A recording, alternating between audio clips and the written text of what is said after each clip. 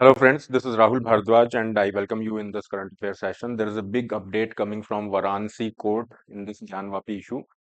ज्ञानवापी वाला जो मुद्दा है वहां पे वाराणसी कोर्ट ने हिंदू जो पक्ष है उसको मस्जिद का एक एरिया है, ज्ञानवापी मॉस्क का जो कॉम्प्लेक्स है उसका एक तहखाना है, वहां पे उनको अलाउ कर दिया है कि आप यहाँ पे वर्शिप कर सकते हैं।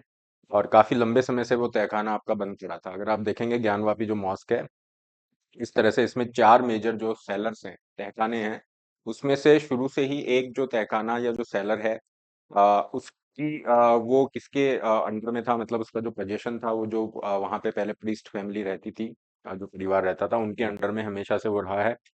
तो फैमिली ने आर्ग्यू किया था कि as a hereditary priest we should be allowed to enter the structure and perform the पूजा।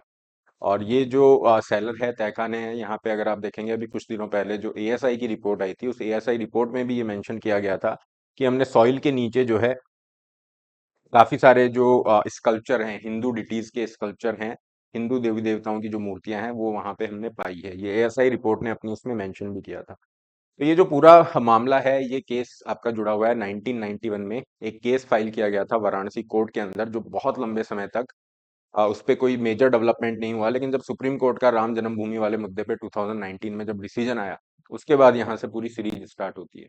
तो एक बार हम देखेंगे किस तरीके से ये डेवलपमेंट हुआ है इस कोर्ट के पक्ष की तरफ से, ये जो कोर्ट में केस है उसकी तरफ से।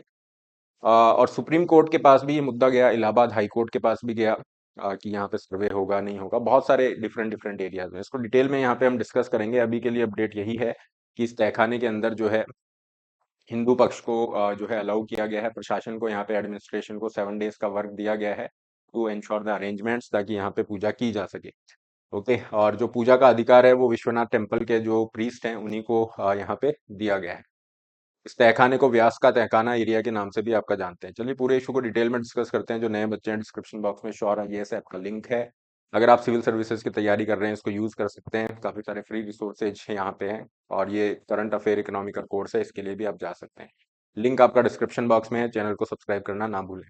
पिटीशन फाइल की गई थी 1991 के अंदर, और ये पिटीशन गई थी वाराणसी कोर्ट के अंदर, जहाँ पे जो लोकल प्रीस्ट हैं उन्होंने कहा था कि ज्ञानवापी जो मॉस्क कॉम्प्लेक्स है, पूरा मस्जिद का ज्ञानवापी वाला जो एरिया है, वहां पे हमें पूजा का अधिकार मिलना चाहिए।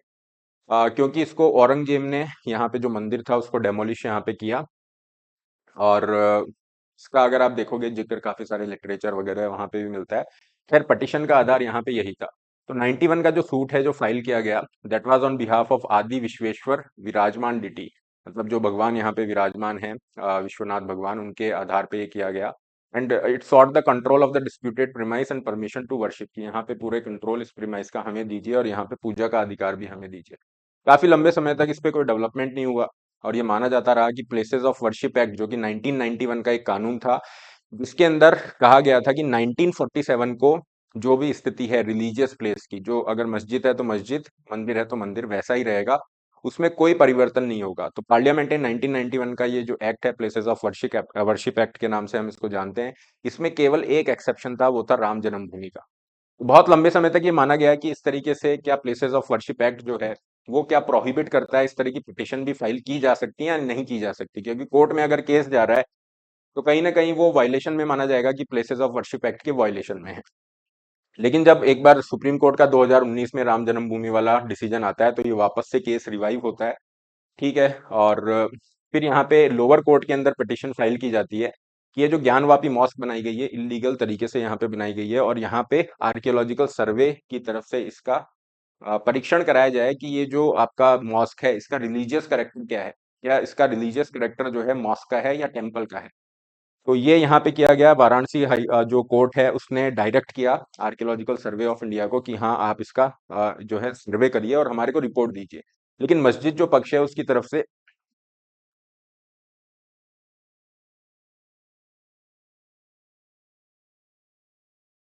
एक्सक्यूज मी, मस्जिद पक्ष की तरफ से जो अंजुमान इंतजामिया मस्जिद कमेटी है, जो अभी ज्ञानवापी मॉस्क को मैनेज कर रही है, इसकी तरफ से, और सुन्नी सेंट्रल वक्फ बोर्ड की तरफ से, इस पेटिशन के अगेंस्ट में, इस सर्वे के अगेंस्ट में कोर्ट में ये लोग गए।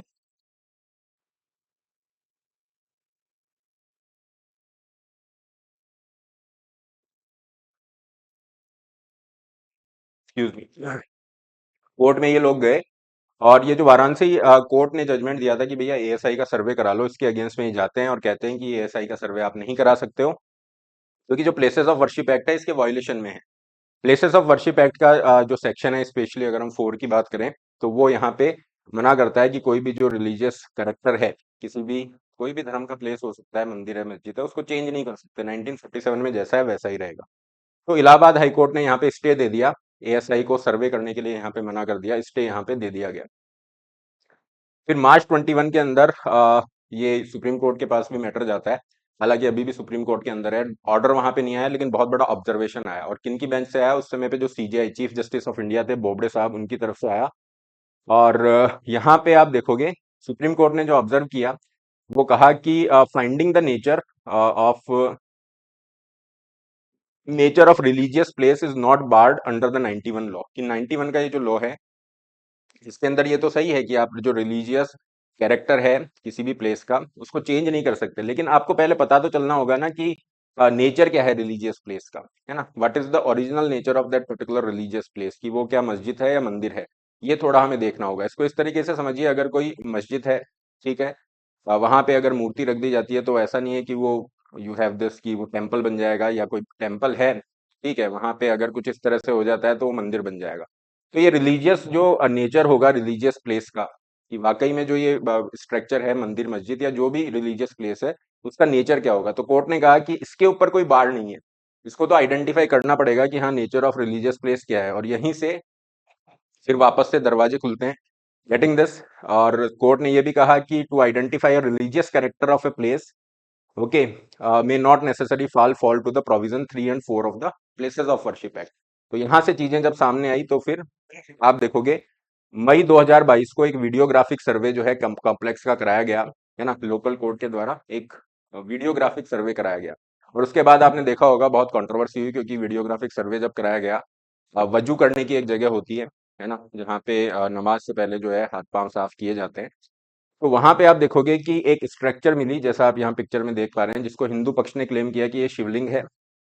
मुस्लिम साइड ने क्लेम किया कि ये नहीं, फव्वारा है, वजू करने की जगह है और ये फव्वारा आपका है।